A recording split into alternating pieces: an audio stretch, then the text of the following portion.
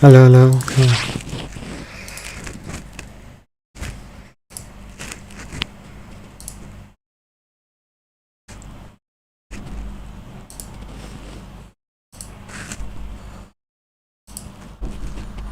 Okay, I guess I am live now. There is some lag, so yeah. So I will start with first problem first.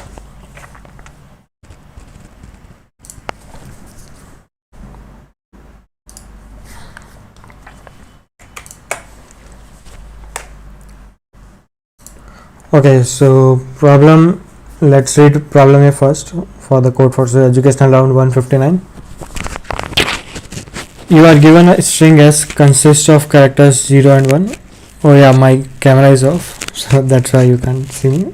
But yeah, you are given a string S consisting only of characters 0 and 1. That means it's a binary string. And in one operation, you can choose a position I from 1 to length of S minus 1, where then you insert a character between I and I plus 1th character of the string. If Si equal to Si plus 1, then you insert 1. If Si is not equal to Si plus 1, you insert 0. And what we have to answer here is it possible to make the number of zeros in string strictly greater than number of ones using any number of operations, possibly none. So yeah, so if we let's look at the sample test cases once. In the first sample test case, it says that number of zeros are already greater than number of ones, so we don't have to do any operation. And in the second test case, it says it's impossible to add any zeros in the string, so like that's why it's no. And in the third case, it says if we choose I equal to 1, then we can insert one character in between. The main idea over here was like, since we want to increase the number of zeros, it does not make sense to add any one over here. But if there is a string with Si is not equal to Si minus 1, then we can insert 0 over there. So like the idea is, if the string has only one character 0, then the answer is yes.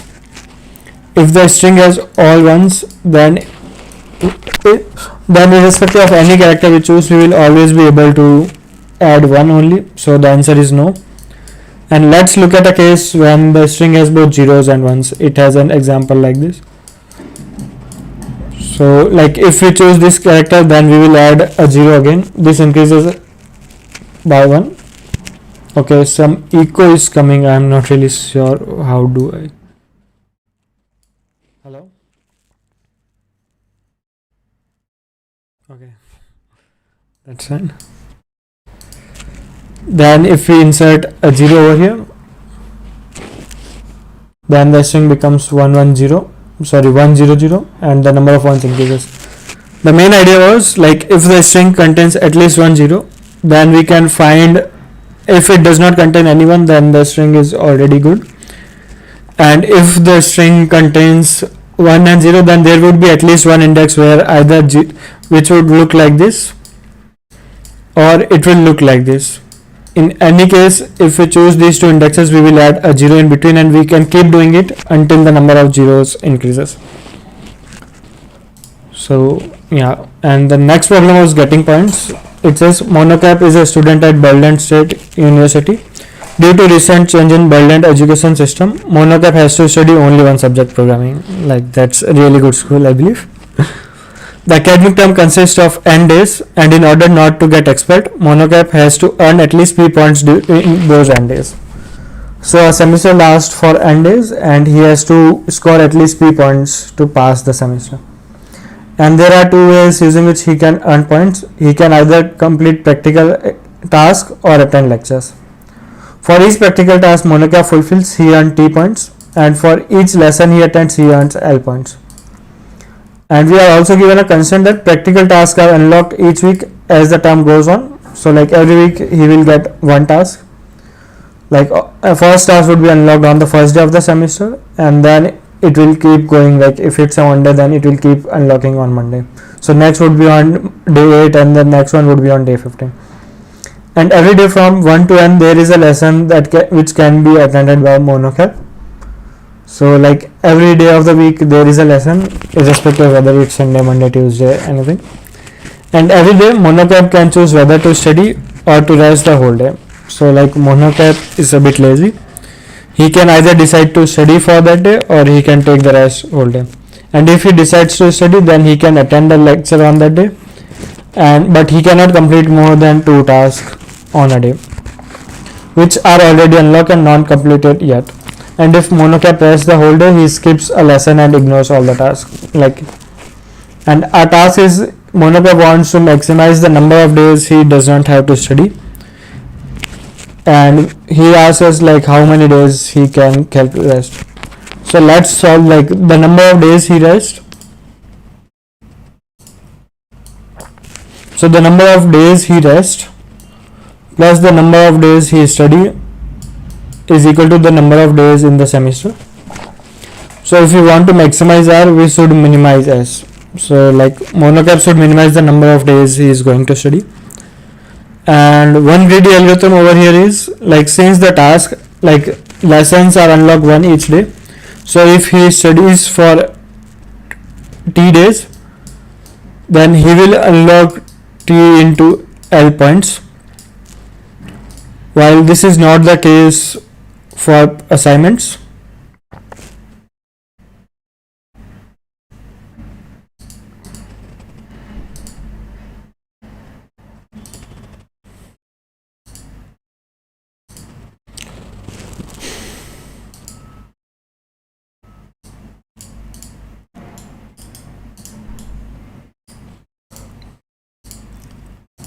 While if he is studying on a day and if there are 2 programming assignments left, he should greedily complete both of them and get 2 T points.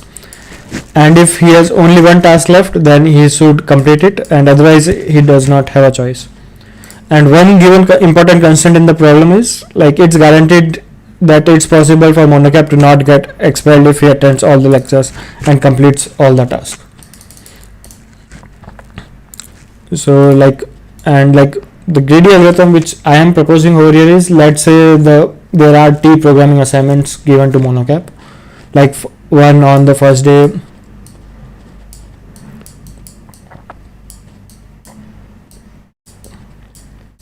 the idea is like, just like all of us like college students, like he should start studying from the last day and study bare minimum until he passes.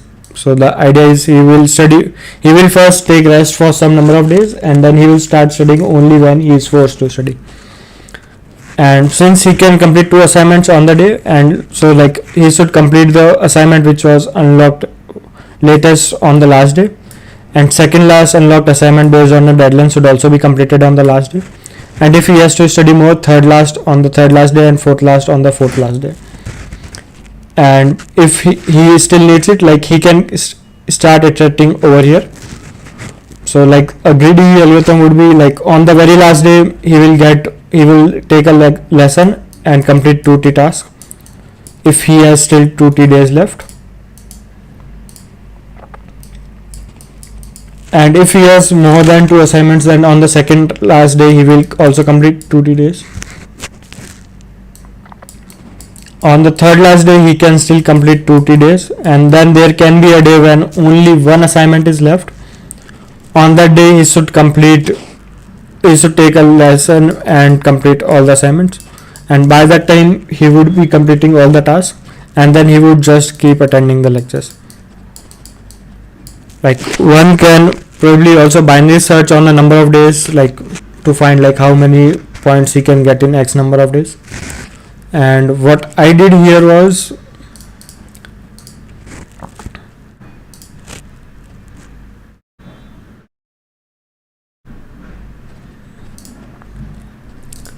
I explicitly calculated for the each stage. The first stage was like he would be getting 2T plus L points, and it's the ceil function, like, and like this is the minimum if he has T tasks left. Like we can find T tasks using the number of weeks we have, like which is essentially the ceil of n by 7, or we can say like first day 1 task, and then for the remaining n minus 1 days on the every 7th day he will get 1 more task.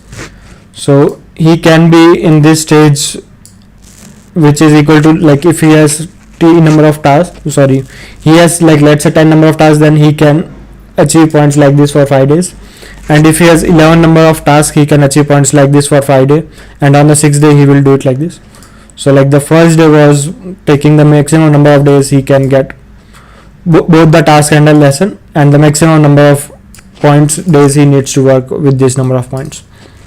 We can subtract it and add it to the number of days he should work, and if the number of tasks are odd and if he still needs some points, then on the one day he can complete a task and a lesson, he can get P points and work +1. So this was the second stage, and now he has only lessons left. So if we still need some points, then he should take as many lectures as one. It's a seal function, so the work increases by D, and overall he should print n minus number of days he should work or take lessons over there. So any more questions or anything, or before I start on to the next problem?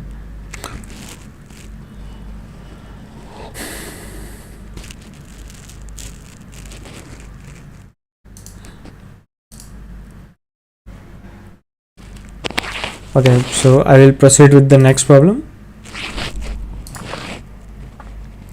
So the third problem is a bit tricky one.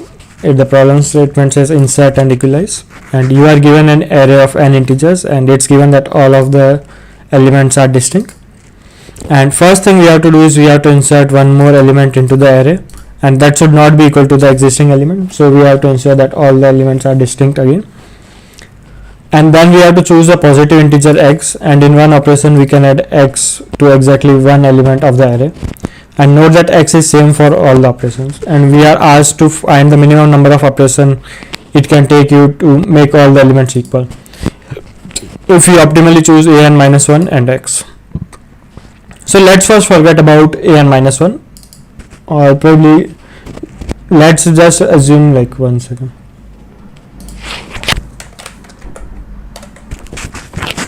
So like let's start with sample first. Yeah, so it says 1 2 3,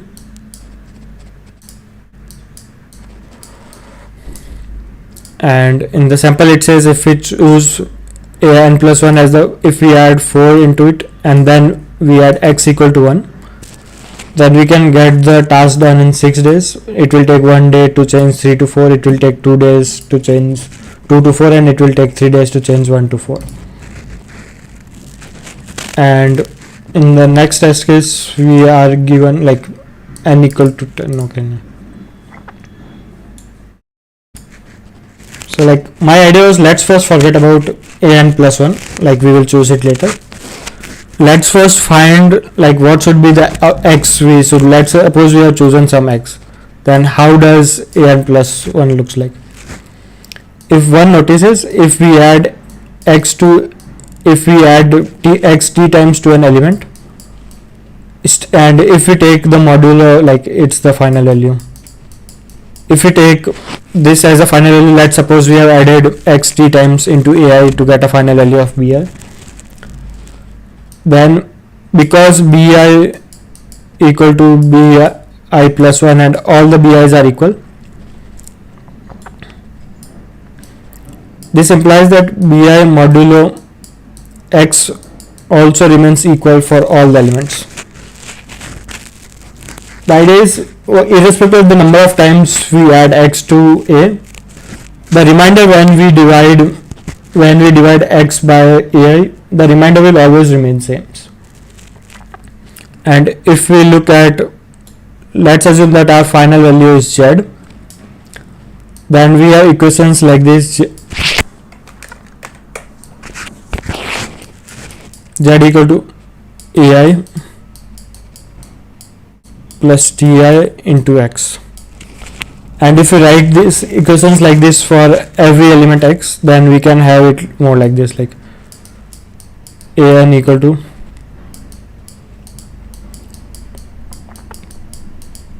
tix, and if we move it, if we try to simplify it a bit, it changes to ai minus a1 equal to t1 minus ti into x. Now this gives us an idea that if once we choose an x, then x should be a multiple of all the differences of, like all the differences over here, like ai minus ai should be multiple. So if we find GCD of all the elements of ai minus ai1,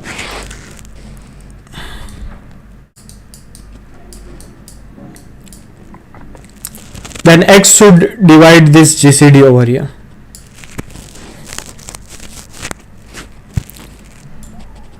And so like let's first go ahead and find GCD in that case. Like now we know that x should be a divisor of that.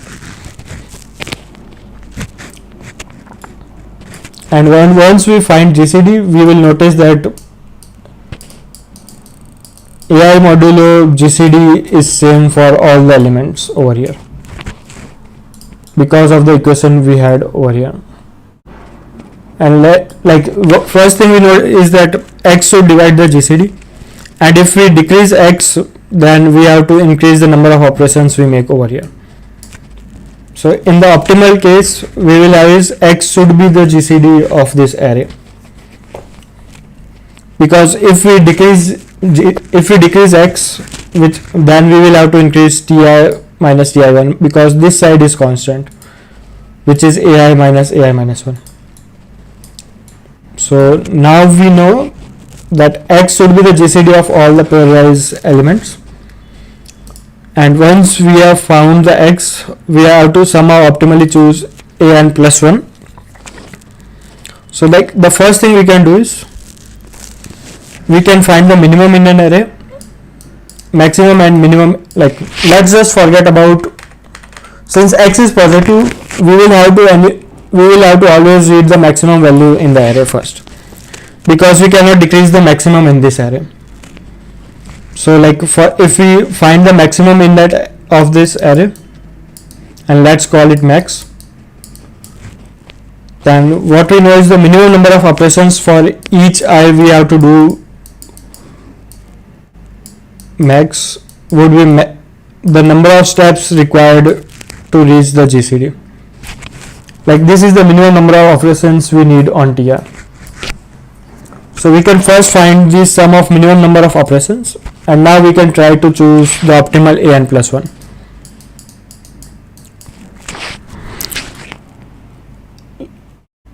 So like what I did here was, like if I choose an plus 1 equal to max plus g, then I will have to also increase ti by 1 for all the elements, which translates to adding n more operations. Or the other shortcut we can do is we can look at this ti series.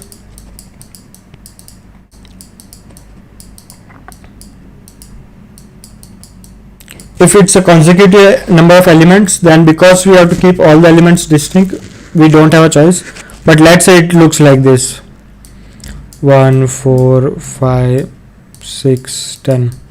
The best optimal bet is we can insert one element such that an plus 1 is 2 over here. So the idea is like tn plus 1 would be the minimum element which is not present in ti to tn. And if I look at my code over here, like essentially that's what I did over here.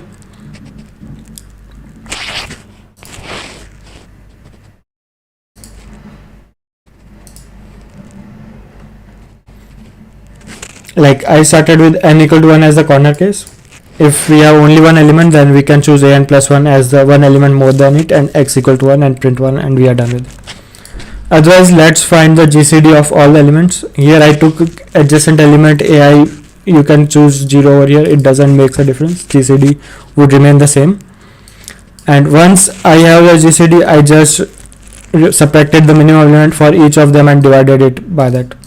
So now my a is essentially the t which I was calling out earlier.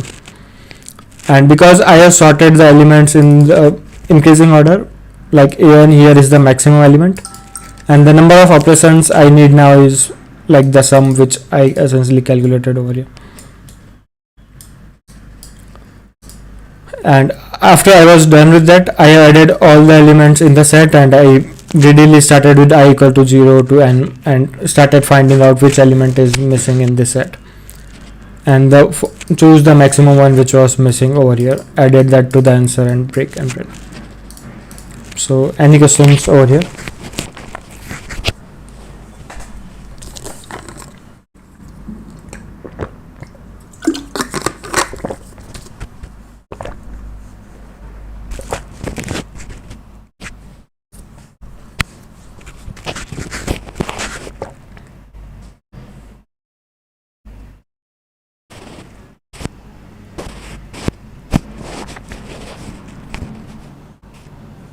Okay, no questions. So I will move on to the next problem, which is robot queries. Like I found it the difficult among all the problems in this contest, and like because it involved a lot of cases and everything, and this was essentially the last problem I solved. Let's read the problem statement first. There is an infinite two-dimensional grid. Initially, a robot stands in point 0, 0 origin, and the robot can execute 4 commands. Up means robot moves to from x. If robot is at x, y, then it moves to x, y plus 1. If the command is to move down, then it moves to x, y minus 1. Similar left and right for the x coordinate.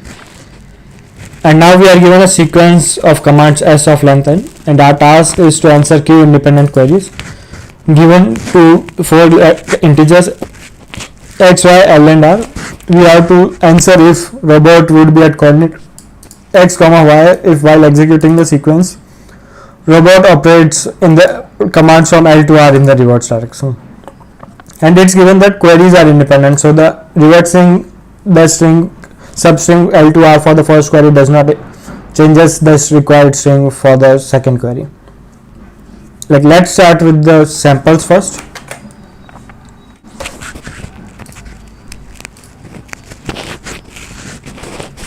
Which is left, right. So the sample is given over here. Like after the first query, like in the first query the string reverses from 1 to 7. So and the new path looks like this. So robot moves in this direction,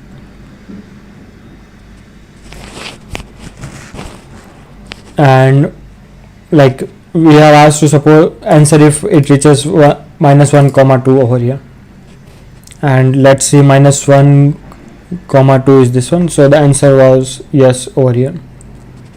So yeah, like one of the idea which I did over here was I splitted the string into 3 independent queries.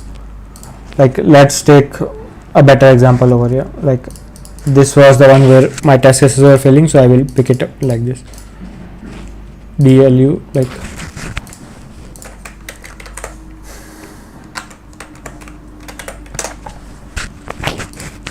let's pick this query and this test case as a work through example for us.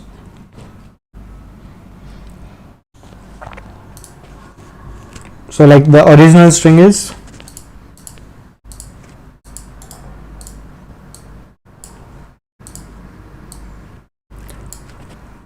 DLUD LRU LLD, and in this query we are given we have to reach 0, 1 and we reverse the string from 4 to 7.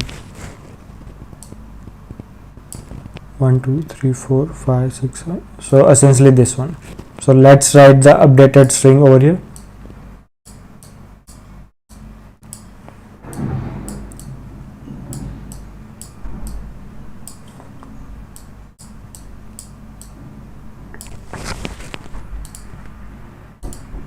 So like the idea over here is we can split this process into 3 different processes.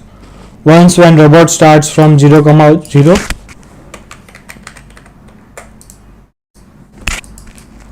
he completes first L-1 characters. Then robots, like at whatever place he is, robot operates in this sequence. He reaches at some position and then he completes the last string. Like we can probably do it offline, but my idea was to use merge sort tree. like you will have to probably like where, so like let's suppose we have a data structure which supports following query. Like you are given a set of coordinates, some coordinates, you are also given a range over here, and you are given a new point and you have to query whether this point exists in this subarray over here. The idea is for the first query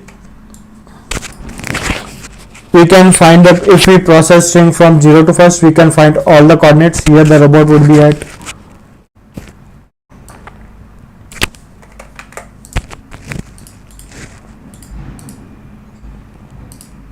initially the robot is at 0 comma initially the robot is at 0 comma 0, then left I believe is minus 1 comma 0, then up is minus 1 comma 1, and then he goes down is minus 1 comma 0, then again left is minus 2 comma 0, right is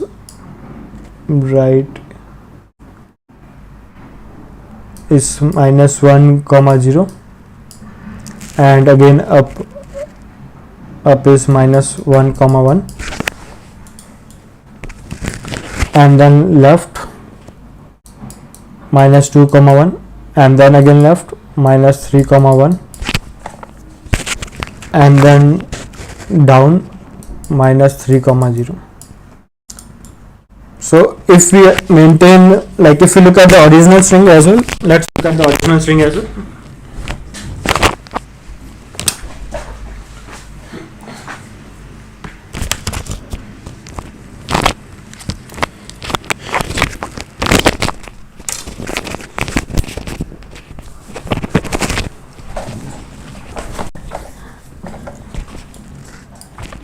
Original string is down, it starts with 0 comma 0, down is minus 1 comma 0,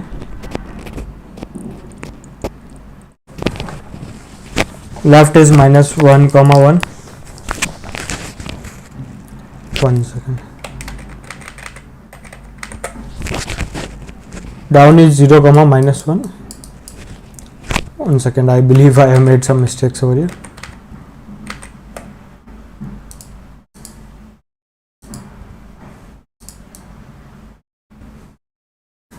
Like it's a bit too confusing, the coordinates.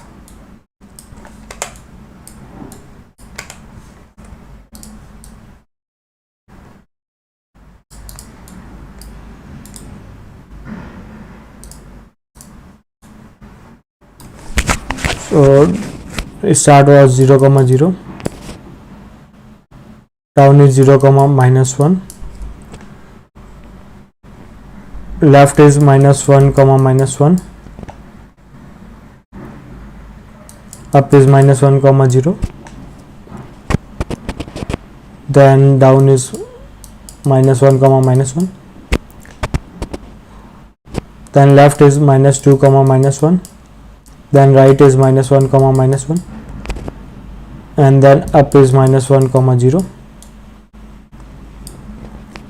and then left is minus 2 comma 0, right is minus 3 comma 0, and down is minus 3 comma minus 1, and we have to answer in this query if we can reach 0 comma 1. Let's see if anywhere. 1 second. Now really sir, I am still looks like I am still messing up with some coordinates over here, but yeah, let's one.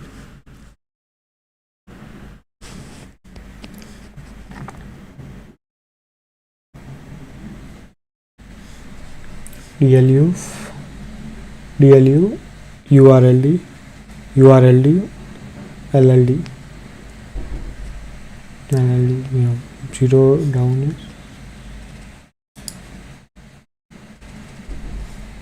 0 comma minus 1, left is minus 1,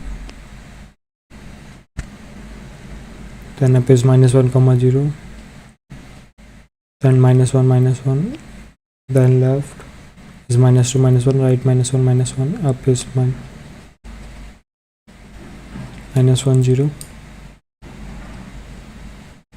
then left is -2, 0, left is -3, 0, d is -3, -1, and the coordinate we need is 0, 1. Oh wait, this is the revert sequence, right?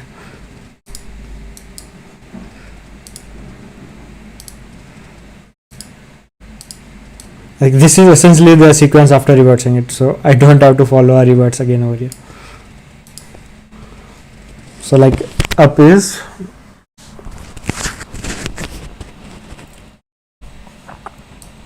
-1, right is 0, 1, then left is -1, -1, and down is -1, -2, then left is -3, -2, then left is -4, -4, and down is -4, -3. And let's look at the original sequence as well. Like it helps us in seeing like how does this coordinate change when compared to the original path. 0, 0, then down is 0, -1, -1, -1, up is -1, 0, then it goes down, which is -1, -1, it goes left, -2, -1, then it goes right, -1, -1, then it goes up, -1, 0, then again left, -2, 0, -3, 0, and d is -4, -1. So like what we can see over here is this path of robot remains unchanged. There are some changes over here, let's ignore them for now, and let's look at this path. Like the robot here has taken like if we follow this sequence, the robot has taken one left turn, one right turn, which is essentially no change in the x coordinate, one up and one down, which is also a no change in the coordinate over here. 1 second.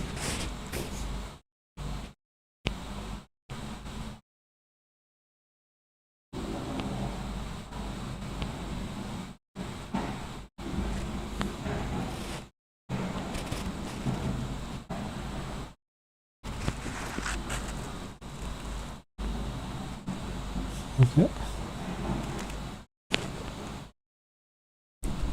This is -3, -1.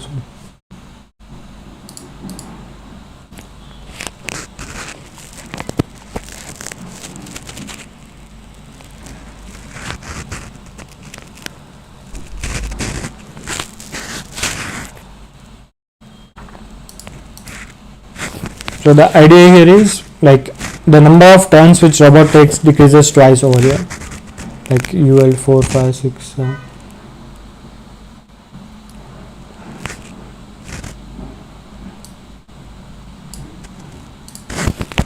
Down, like essentially 1 second.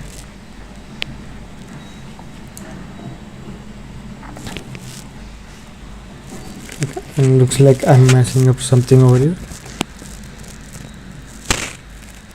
Like left is D, D, D, D.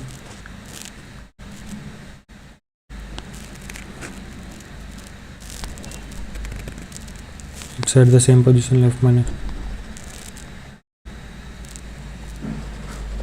And if one compares these coordinates over here, like the difference over here is like 1 second.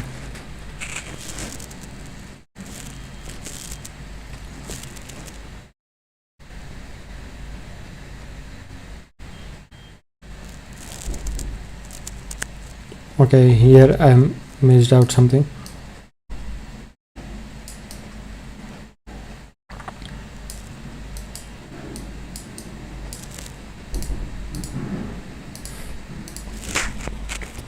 Zero, 1 left is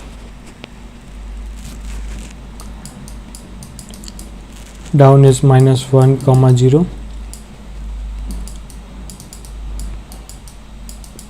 Like these were the correct coordinates.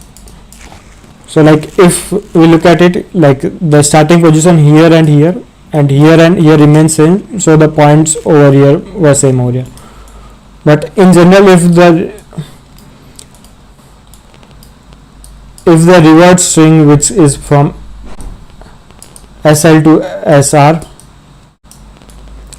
contains L left turns, R right turns, U up and U down, then if we reverse the number of operations, like this right part doesn't even change always, because even if we reverse it, like the number of up, down, left, right would still remain the same.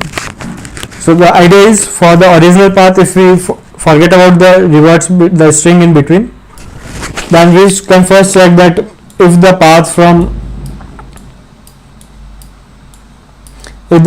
0 to L minus 1 contains, 0 1 1 to L minus 1 contains the original coordinate, we should also somehow check that R plus 1 to nth point in the original path contain the given point. If the answer is yes, then we should print yes. Otherwise, like let's also find the reward string over here.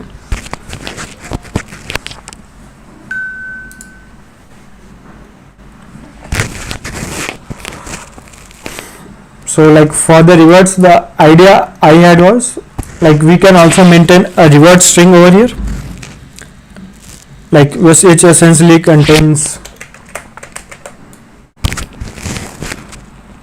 which would be more like this.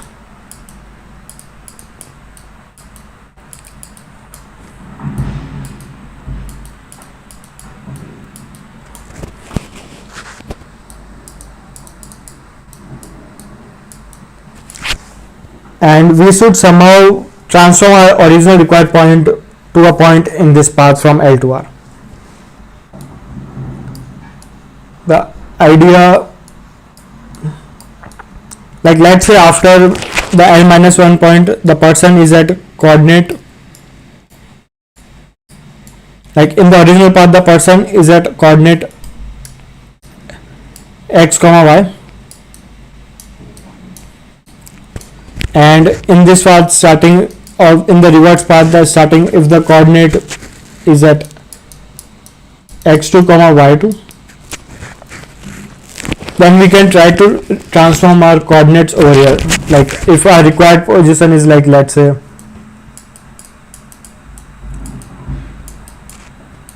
then we can change this.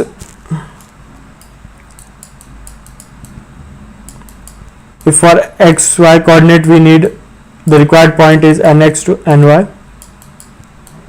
and if in the reverse path, if at, like let a person at SR plus 1 is at x to y2,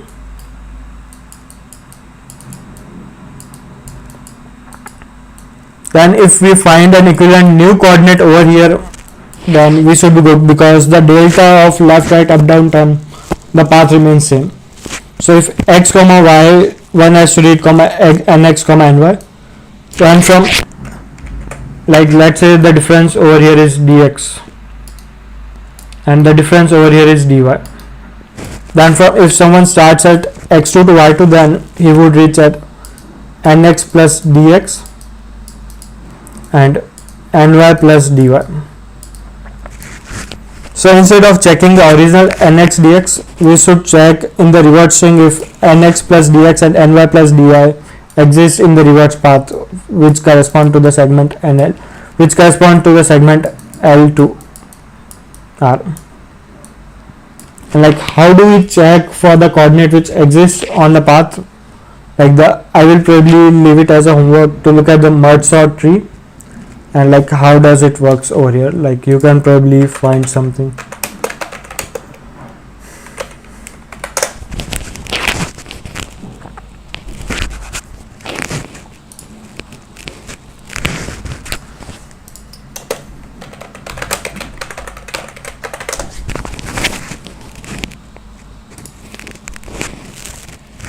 Like I'm not okay, probably books or weeks. No, like But the idea is you will have to use segment tree over here and find it somehow. Like that point, I was using merge sort tree and using some segment tree, and like you will have to do it as a homework.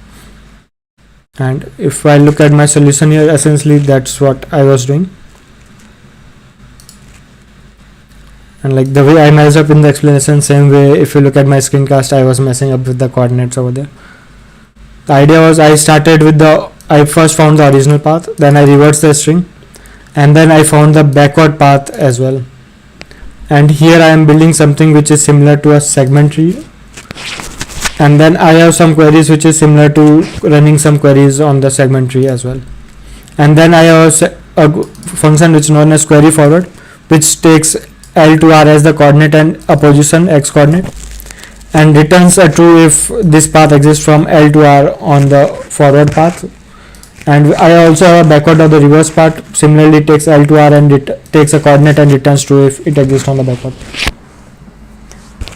The idea was I will first take the original coordinates as the input, and I also have L to R. I am first checking if my original position exists between 0 to L minus 1.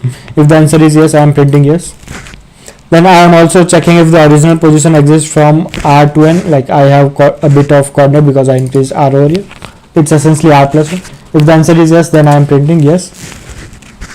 Otherwise, in the reward string, I am finding the indexes equivalent to L to R, and I am also finding the delta which like it should go forward. Like here I am finding the delta between those x1, xy and x2, y2, and then I am also checking in the backward path with new coordinates if it exists over there. The main crux of the problem was if you follow a subset of string and if you start x comma y to nx comma ny, then the delta in this position would be similar for any starting position you have. So if you start from x2 to y2, then you can find the new coordinate which is equivalent to nx, where you should reach in case you want to check if it's true. So like any questions, anything over here?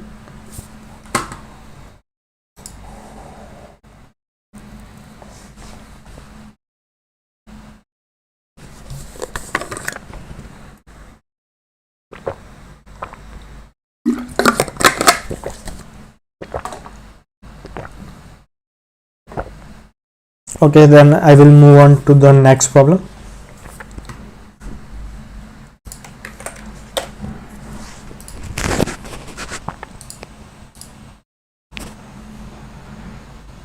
So like the next problem says collapsing string. You are given a set of string s1 to sn consists of lowercase Latin letters. We define an algorithm known as collapse a to comma b, which consists of two string a and b. If a is empty, then it returns just b. If b is empty, it returns just a.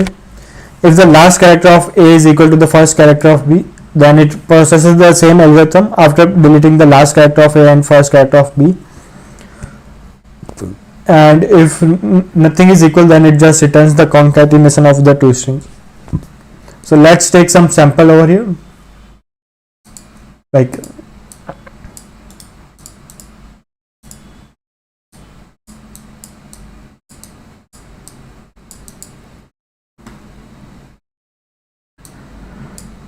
let's say we have a string which looks like this.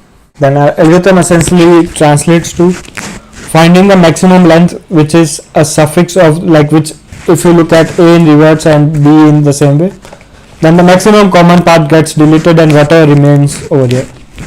So here the last character is equal to the first character, so it calls this one. And here since no characters are equal, it just returns a, b, c, d. Like which is 4. And if we look at the original string over here, the maximum length from the reverse of a and the starting of b is equal. Then like let's say there are two equal characters, then in the overall length of a comma b we will delete two characters from b and two characters from a.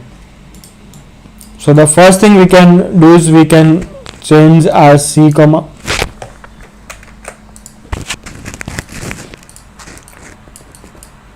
if we have two common string and L is the maximum length of string, maximum number of characters, starting characters of B which are also equal to the ending characters of B, then the length, then the value of C of A would be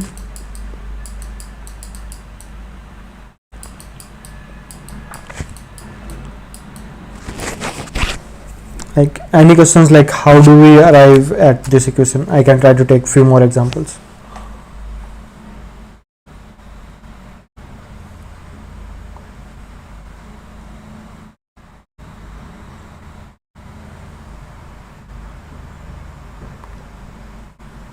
Okay, if there are no questions, then I can probably try to simplify. So for finding this value for all the pair of string, we can do it in three different parts.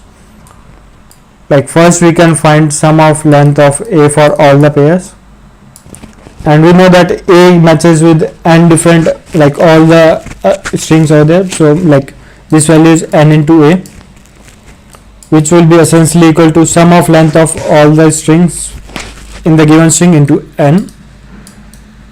Similarly, length B would match to n such strings on A, so that would be equal to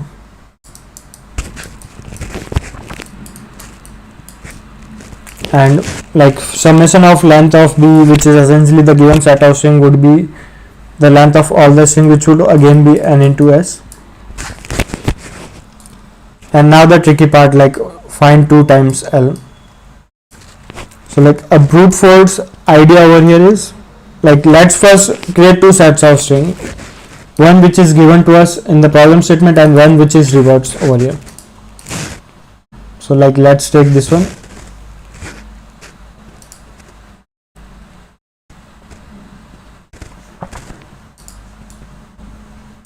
Like this is the original string.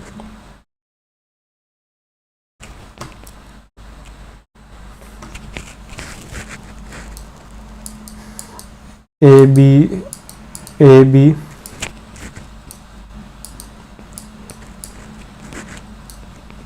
B A B X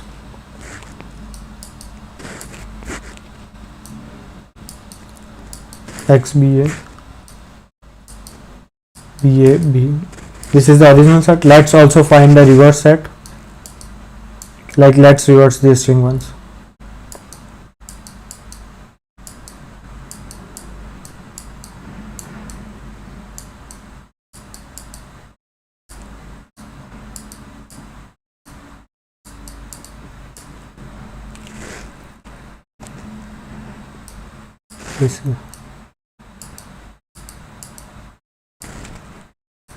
Now if we match this string with this string,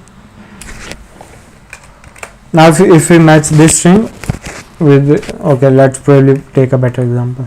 Like let's say if we take this string and this string, then the algorithm will essentially delete this part for both of the string. So what we need is, like for each pair in this reverse part and for each pair in this part, like what is the maximum characters which are equal, and sum it all for the all such n square pairs and multiply it by 2.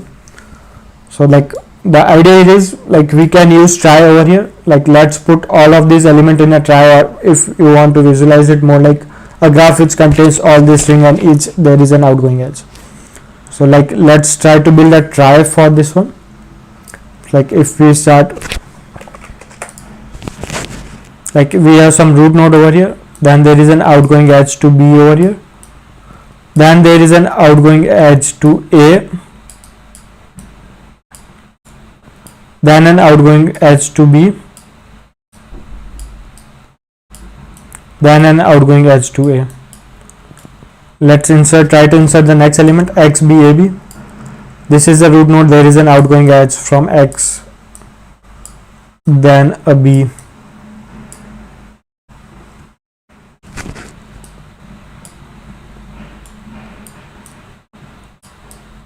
then a A, then a B. Let's now try to add ABX over here. There is another outgoing edge from A,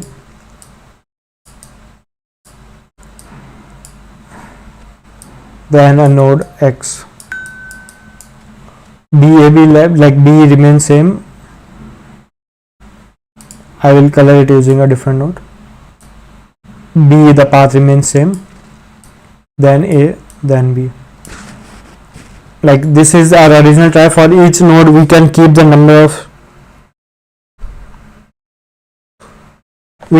number of nodes which ends at a particular node over here. Like this is the original try for the reward string. And now if we pick the strings one by one, like let's start with ABAX. Like there is this A,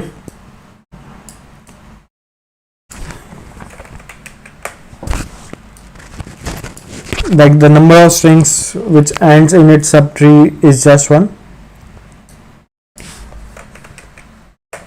So like there would be one string which has the length at least 1, and if we follow B over here, then there is at least one string which has length 2, and because there is no outgoing edge from here, we can also conclude that there is no string which has a prefix ABA in this set.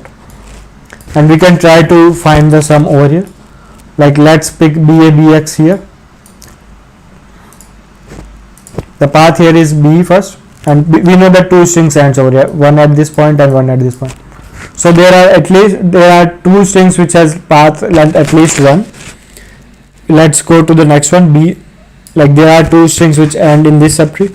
So we also know that there are at least two strings which have length at least 2 with BABX. Then B again here, like we will know there are at least 2, and since there is no X, we will conclude that no string has a prefix of length 4 with the same string. So the first idea is we create a try like this, and then for all the string in the forward array we iterate it over there, and we keep a subtree sum over here and add as we go forward to find all the lengths and sum it over there. And like I did something similar in the contest as well. Also, although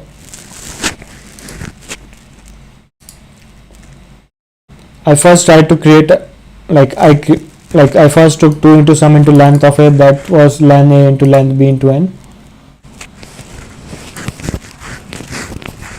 So like I first created try on the reverse part. Like the code is short, and probably you can take it as a homework for solving the try part.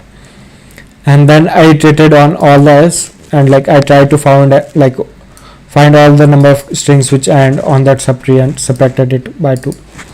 And at last I had done so. Like the code is short in this one, but it does involve a data structure try. And on the D part, just like my explanation, I did struggle in the contest as well, like MLE, TLE, compilation error, and all sorts of error I had, and the time is still really close over here. Then the last problem is F. Let's read this problem first.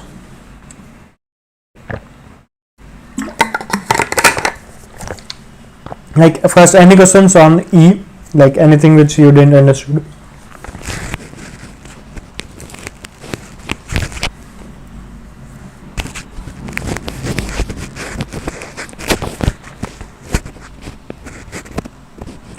Okay, so I will proceed for the F.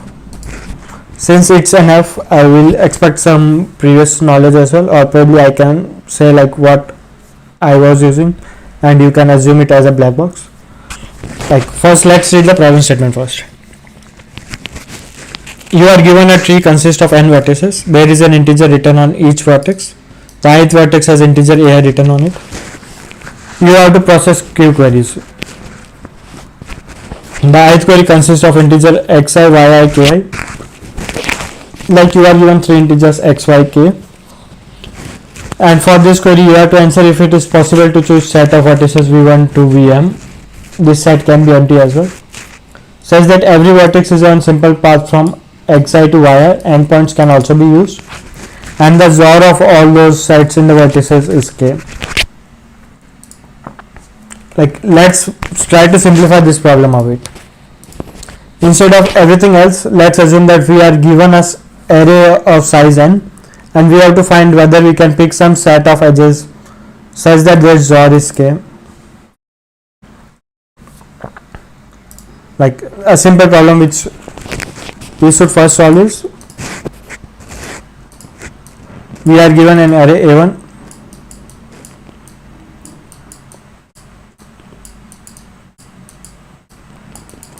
and a number k, and we have to find if we can pick some set of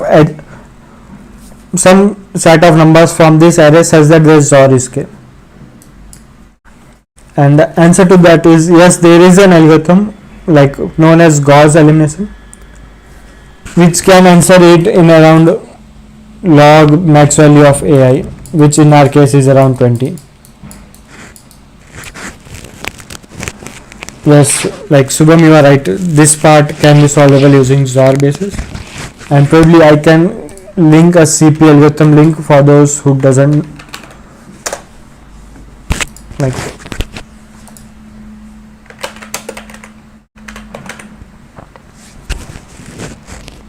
Like probably I can try to find out some links and put them as a comment. But the idea is like there are some algorithms which can do it in log n, and let's assume that this is a black box for us. Now the path changes, like if we look at the tree, like tree is essentially if we look at a tree over here like this,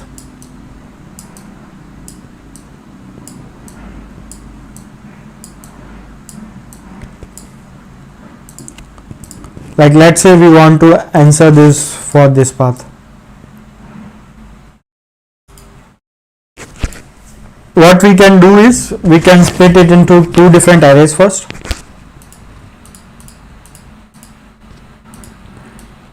Like this is one array, like from LCA of x comma y and LCA of L to y. We can try to find XOR basis of for these two paths separately. Then we can merge them and we can check in around log and again time if there exists the path. And to find the XOR basis for this path, there are multiple ways people did it. The one way I did was probably we can try to use binary lifting over here, or we can just run a DFS maintaining a stack of all the nodes we have over here and a segment tree to find like the XOR basis from LCA over here. And once we have that, we can query that as well. And probably like I won't try to go into much deeper over here. Like the idea is that the XOR basis part was the crucial part over here. Like I do have a lot of template code, library code over here. Like at first I am using AdCoder library for a segment tree. And then I was using XOR basis or Gauss elimination, whatever you call. You can find it in Ashish Gupta's GitHub repo. Then I also have a code for finding the LCA of two nodes in a tree, which also uses range minimum query.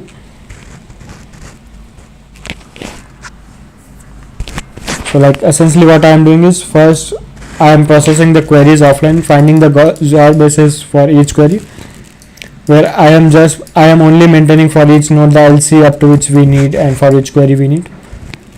Then I have been doing a DFS over here, where I am adding the node at a height of a segment tree, and then I am running up to which LCA we need the query for, and we try to find it Gauss basis and merge it with the original query, and at last I am running the query and we are checking if we can. Like if there are some questions on this one I can take, or probably I can drop over here, or if you have some other questions you can ask them too.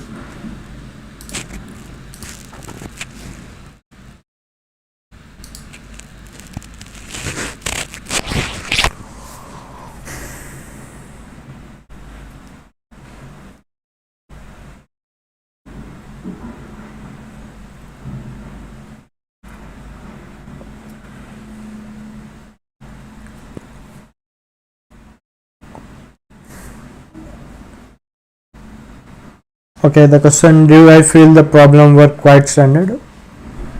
Like I would say if the experience helps, and the problem if I felt it was easier, just that one has to know what all data structures one had to put it over here, and like the experience, like the E also required a data structure known as try, and the code was all the sort.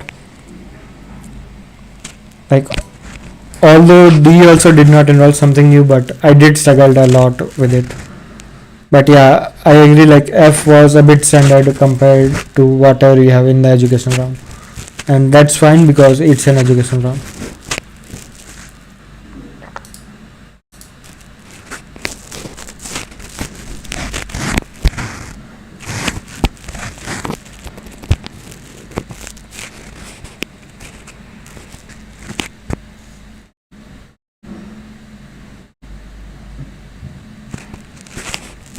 So if there are no more questions, then I can drop over here. Like I will try to add some data structure links which are used, which I have used in this contest as a comment over here.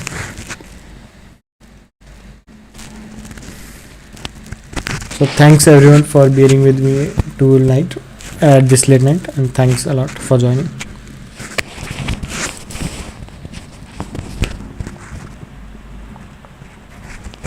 Like I will try to put videos regularly, but let's see like how much I can do.